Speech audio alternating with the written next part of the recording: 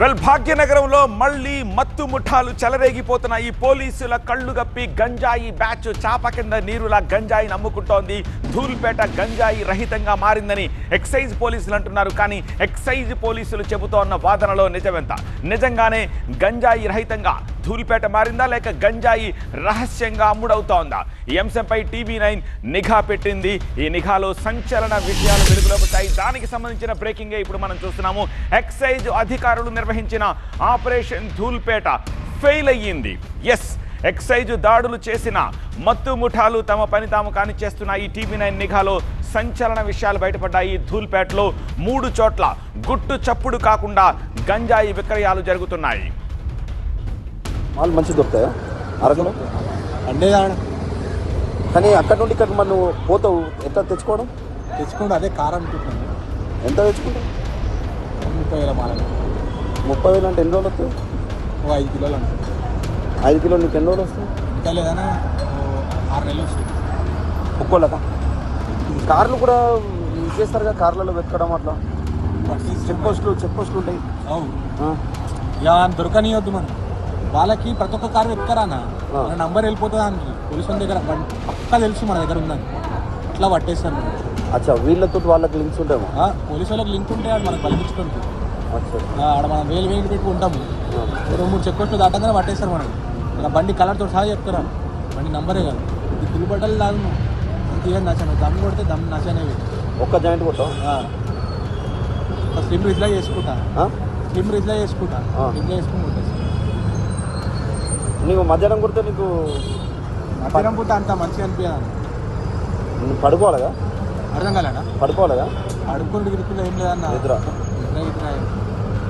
Good చేసినాక ఒక గంట సేపు అక్కడిక్కడ తిరిగి అప్పుడు గట్టి అన్నం తిరిగి వాళ్ళు అని గట్టి తింటారు. ఆకలి అట్లా అవుతుంది అన్నది గట్టి. చూసారుగా TV9 నిఘాలో ఎలాంటి వాస్తవాలు వెలుగు చూస్తున్నాయో. ధూల్పేట అంటే ఒకప్పుడు నాటు సారా, కానీ ఇప్పుడు గంజాయికి కేర్ ఆఫ్. ధూల్పేట గంజాయి అమ్మకాలు ఎలా సాగుతున్నాయి? మత్తు ముఠాల మోడర్న్ ఆపరెండి ఎలా ఉంది? మోడస్ ఆపరెండి ఎలా ఉంది? పోలీసుల కళ్ళు గప్పి ఈ ముఠాలు ఎలా కార్యకలాపాలు సాగిస్తున్నాయి? దానికి సంబంధించిన బ్రేకింగ్ కంటిన్యూగా చూద్దాం. పోలీసులకు అనుమానం రాకుండా ఒక కోడ్ లాంగ్వేజ్ వాడుతున్నాయి ఈ గంజాయి ముఠాలు. మైనర్లను ఏజెంట్లుగా నియమించి గంజాయి విక్రయాలు సాగిస్తున్నాయి. గంజాయి అమ్మితే భారీగా కమిషన్లు ఇస్తోంది మాఫియా. దోశ, మాల్, పుడి వంటి పేర్లతోటి ఈ విక్రయాలు చేస్తున్నట్టుగా తెలిసింది. ఈ పేర్లతో పిలుచుకుంటే ఎవ్వరికీ అనుమానం రాదని ఈ స్కెచ్ గీసినట్టుగా అర్థమవుతోంది. దోశ అంటే 12 జాయింట్లతో కూడిన పేపర్ అని అర్థం. దోశ పేరుతో నాణ్యమైన గంజాయి ఖరీదు 1,200 రూపాయలు. మాల్ పేరుతో అమ్మే గంజాయి విలువ 800 రూపాయలు. ఇక పుడి పేరుతో విక్రయించే గంజాయి విలువ 500 రూపాయలు. స్ట్రేంజ్. చూశారు కదా, ప్రభుత్వం చేపట్టిన ఆపరేషన్ ధూల్పేట ఏ మేరకు సక్సెస్ అయిందనేది TV9 చేపట్టిన ఈ స్టింగ్ ఆపరేషన్ ధూల్పేటలో మనకి తెలుస్తోంది. దీనికి సంబంధించిన లేటెస్ట్ అప్డేట్స్ అందించేందుకు మా ప్రతినిధి రంజిత్ ప్రస్తుతం మనకి లైవ్లో సిద్ధంగా ఉన్నారు. రంజిత్, మన స్టింగ్ ఆపరేషన్లో ఇంకా ఎలాంటి విషయాలు వెలుగు చూసాయి? ఏం చెప్తున్నాడో చూసాం. 2 దమ్ములు కొడితే నన్ను యాద్ చేసుకోవాలని ఒక మైనర్ పిల్లాడు చెప్తున్నాడు. ఆబ్కారీ శాఖ దృష్టికి వెళ్ళిందా? సో వాళ్ళ రెస్పాన్స్ ఏంటి? ఇంకా ఆపరేషన్ ధూల్పేటలో ఎలాంటి విషయాలు వెలుగు చూసాయి? అంటే TV9 చేపట్టిన ఈ నిఘా ఆపరేషన్లో బయటపడినటువంటి విషయాలన్నీ కూడా ఎక్సైజ్ శాఖ అధికారుల దృష్టికి తీసుకెళ్ళాం. ఎందుకంటే రూటు మార్చి ఏ రకంగా గంజాయి విక్రయాలు జరుపుతున్నారన్నటువంటి విషయాలు కూడా ఇప్పుడు ఎక్సైజ్ అధికారుల దృష్టికి మనం తీసుకెళ్ళాం. ఎందుకంటే ఇప్పుడు రిపీటెడ్ అఫెండర్స్గా ఉన్నటువంటి వ్యక్తులే ధూల్పేటలో ఉన్నటువంటి సాయినగర్లో గంజాయి విక్రయించినటువంటి వ్యక్తులు. కానీ అదే ప్రాంతానికి చెందినటువంటి వ్యక్తులు అక్కడే ఉంటున్నారు. అక్కడే గంజాయి తెచ్చుకొని అక్కడ స్థానికంగా ఉన్నటువంటి వ్యక్తులకు మాత్రమే గంజాయి విక్రయాలు జరుపుతున్నారు. సో ఆ వ్యక్తులు అక్కడి నుండి కొంత దూరంలో ఉన్నటువంటి ప్రాంతాలు గోడెకే కబర్ కావచ్చు, ఆ తర్వాత ఇతర ప్రాంతాలకు వెళ్ళి అక్కడ గంజాయి విక్రయాలు జరుపుతున్నారు. సో స్థానికంగా ఉండేటువంటి యువతులు మాత్రమే వీళ్ళు నమ్ముతున్నారు. ఎందుకంటే బయట వ్యక్తులు వస్తే కనుక ఖచ్చితంగా ఎక్సైజ్ అధికారుల దృష్టిలో వెళ్తుంది కాబట్టి బయటి ప్రాంతాల వ్యక్తులు కాకుండా స్థానికంగా మైనర్లను ఏజెంట్గా పెట్టుకొని గంజాయి విక్రయాలు జరుపుతున్నారు.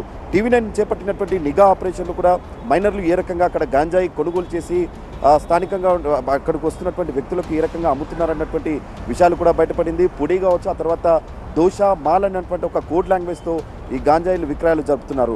సో అక్కడ మనం ఏదైతే నిఘాలో చేపట్టేటువంటి క్రమంలో ఆ మైనర్తో సంభాషించేటువంటి క్రమంలో కూడా చాలా ధీమాగా ఉన్నాడు. అతను రోజు ఏ రకంగా గాంజాయికి సంబంధించిన విక్రయాలు జరుపుతున్నారన్నటువంటి విషయాలు కూడా బయట చెప్పాడు. ఆయన ఎక్సైజ్ అధికారుల నిఘా పెరగడంతో కొత్త పద్ధతుల్లో విక్రయిస్తున్నారన్నటువంటి విషయాలు చెప్పాడు. మనం ఆ మైనర్ ద్వారా ఎక్కడైతే గాంజాయి డెన్లు ఉన్నటువంటి ప్రాంతానికి వెళ్ళేటువంటి ప్రయత్నం చేశాం, కానీ అదే మైనర్గా ఉన్నటువంటి వ్యక్తి అక్కడ ఎందుకంటే స్థానికంగా ఉన్నటువంటి వ్యక్తులకు మాత్రమే ఇస్తారు, బయటి వ్యక్తులను ఎందుకంటే అధికారుల నిఘా పెరిగింది కాబట్టి బయటి వ్యక్తులను ఎవరిని కూడా నమ్మడం లేదు. ఇక్కడ 3 ప్రాంతాలను ఎంచుకున్నారు. ఆ 3 ప్రాంతాల్లో వచ్చేటువంటి వ్యక్తులు ఎవరైతే అక్కడ తచ్చాడుతుంటారో వారి దగ్గరికి ఇదే మైనర్లు వెళ్ళి అక్కడ కోడ్ లాంగ్వేజెస్తో సంభాషిస్తారు. ప్రస్తుతం మనం ఏదైతే ఈ తీసుకున్నటువంటి గాంజా ఏదైతే ఉందో ఇది ఎక్సైజ్ అధికారులకు ఇస్తున్నాం మనం. ఆల్రైట్ రంజిత్ నా పాయింట్ ఏంటంటే ఈ మైనర్లకు ఎలా వస్తున్నాయి, మైనర్లకు అంత నెట్వర్క్ ఎక్కడది, వీళ్ళ వెనకాల డెఫినెట్గా ఎవరో పెద్ద వ్యక్తులు ఉండాలి, వాళ్ళు వీళ్ళ ద్వారా అమ్మకాలు చేపడుతూ ఉండాలి. ఆ పెద్ద తలకాయలు ఎవరు, దాని గురించి ఆ మైనర్లు ఏమైనా చెప్పారా? వాళ్ళ మీద ఇప్పుడు దృష్టి పెట్టాలి కదా. ఖచ్చితంగా ఇప్పుడు ఎక్సైజ్ అధికారుల దృష్టికి కూడా టీవీనే ఇదే విషయాన్ని తీసుకెళ్ళింది. ఎందుకంటే మైనర్లను అడ్డుగా పెట్టుకొని ఇప్పుడు కొత్త తరహా దందాకు గంజాయి మాఫియా తెరలేపింది. గతంలో ఏదైతే రిపీటెడ్ అఫెండర్గా ఉన్నటువంటి వ్యక్తులు మాత్రమే తమకు తెలిసినటువంటి వ్యక్తులకు గాంజాయి విక్రయాలు జరిపారు, కానీ స్థానికంగా ఉన్నటువంటి మైనర్లను ఉపయోగించుకున్నారు. వారిని కూడా గాంజాయికి బానిసలుగా చేసి తమ వ్యాపారానికి ఉపయోగించుకుంటున్న వైనాన్ని కూడా టీవీ9 నిఘా ద్వారా బయటపెట్టింది. సో ఇదే విషయాన్ని మనం అధికారుల దృష్టికి తీసుకెళ్ళాం. ఖచ్చితంగా ఈ మైనర్ల వెనకాల ఒక పకడ్బందీగా ఒక వ్యవస్థ నడుస్తుంది. ఎందుకంటే మనం ఒక 4 వ్యక్తులను మనం కలిసాం. ఆ 4 వ్యక్తులు కూడా అక్కడ వారంతా కూడా ఒక సిండికేట్గా ఉన్నారు.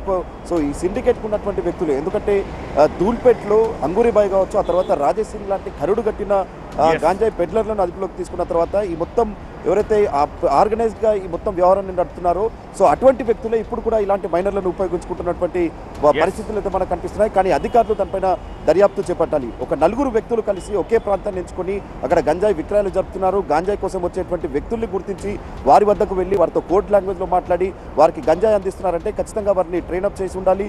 ఆ తర్వాత వారి వెనుక ఖచ్చితంగా ఇటువంటి కరుడు కట్టిన పెడ్లర్లకు సంబంధించిన పాత్ర ఖచ్చితంగా ఉండాల్సిన అవసరం అయితే కనిపిస్తోంది. సో అటువంటి వారిపైన ఎందుకంటే టీవీ9 నిఘా ద్వారా వారికి సంబంధించిన కాంటాక్ట్ నెంబర్లు మనం సేకరించాం. ఏ ప్రాంతాలను ఎంచుకొని వారు ఎక్కడైతే గంజాయి విక్రయాలు జరుపుతున్నారో ఆ వివరాలన్నీ కూడా ఎక్సైజ్ అధికారుల దృష్టికి తీసుకెళ్తున్నాం. కాబట్టి మరి ఎక్సైజ్ అధికారులు మైనర్ల వెనకాల ఉన్నటువంటి వ్యక్తుల పాత్ర పైన దర్యాప్తు చేసి ఎలాంటి చర్యలు తీసుకుంటారనేది కూడా చూడాల్సింది. రైట్ రంజిత్, సో ఇలాంటి పిల్లల ముఠాలు ఇంకెన్ని ఉన్నాయి, వీళ్ళ వెనకాల ఉన్న పెద్ద తలకాయలు ఎవరు బయటికి రావాల్సిన అవసరం కనిపిస్తోంది.